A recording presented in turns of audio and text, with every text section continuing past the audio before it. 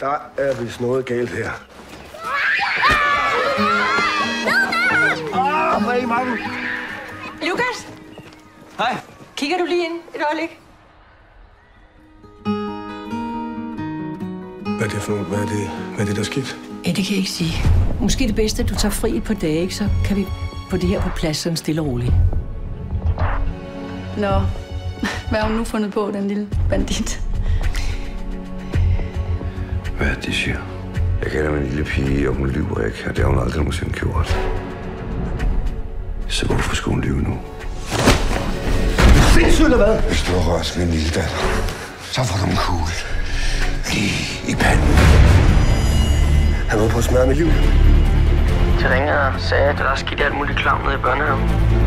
Du skal ikke høre på, hvad de siger, Magnus. Det er min bedste vens datter, det ved du godt, ikke? Jeg tror på børnene, Lukas. Det har jeg altid gjort.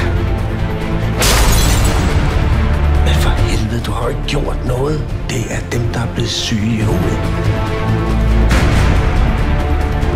Smut hjem med dig. Kan du så ikke hilse mig at sige, at han ikke skal handle her mere, og han skal heller ikke bede dig om det?